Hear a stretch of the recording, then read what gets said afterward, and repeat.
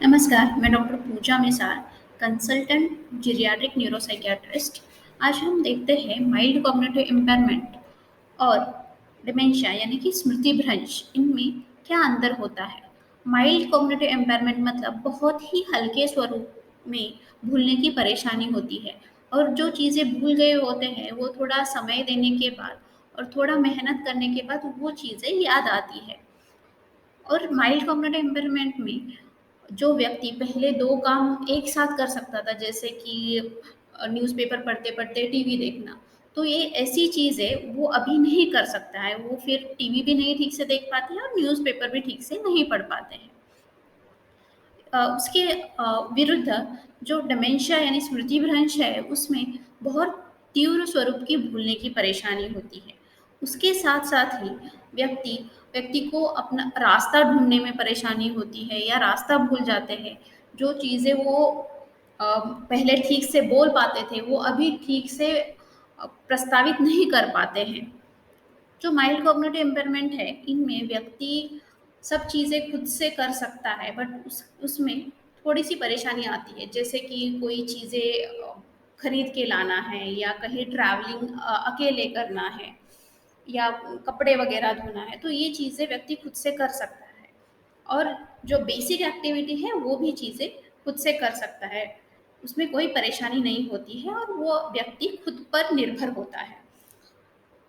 इसके विपरीत जो स्मृति भ्रंश है, इसमें जो चीज़ें हैं जैसे कि खरीदना या पैसों का हिसाब रखना, ये चीज़ें तो नहीं कर पाता। उसके साथ-साथ ही जो बेसिक एक्टिविटीज़ है जैसे कि खाना खाना, नहाना या वॉशरूम, टॉयलेट जाना, ये चीज़ों में भी बहुत दिक्कत आती है और इसकी वजह से वो व्यक्ति अपने फैमिली मेंबर्स पे पूरी तरीके से डिपेंडेंट यानी कि निर्भर हो जाता है।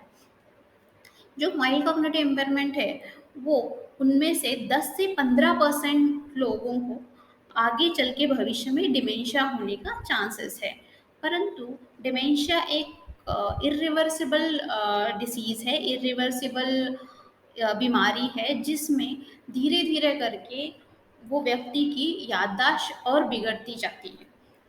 ट्रीटमेंट में हमारे पास माइल्ड कॉग्निटिव इम्पेयरमेंट के लिए कोई भी अभी तक अप्रूव्ड दवाई नहीं है, परंतु इन लोगों में हम कॉग्निटिव स्टिमुलेशन थेरेपी यानी कि जो आपकी याद रखने की क्षमता है उसको हम स्टिमुलेट कर सकते हैं जिससे जैसे कि बहुत सारे उसमें टेक्निक्स होते हैं या कुछ छोटे काम दिए जाते हैं जैसे कि पजल सॉल्व करना या 2-3 नाम दिए जाते हैं, वो आपको याद रखने के लिए बोलते हैं और थोड़े टाइम के बाद, थोड़े समय के बाद वो आपको चीज़ें बतानी होती है।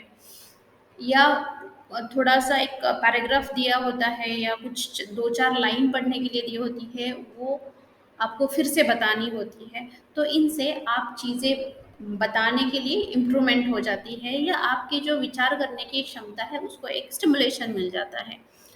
स्मृति भ्रंश के लिए बहुत सारी दवाइयाँ हैं, उसके साथ-साथ ही जो थेरेपीज़ हैं, वो भी काम करती है, जिसमें से एक थेरेपी हम बोलते हैं कि रेमिनिसेंस थेरेपी, जिसमें जो व्यक्ति के पुराने यादें हैं, वो याद दिलाने की अच्छी यादें हैं, वो याद दिलाने की कोशिश करते हैं। जैसे कि फ़ोटोज़ दिखाना या पुराने अगर वीडियो है किसी के पास, तो वो वीडियोज़ पे जो मरीज़ को दिखाना।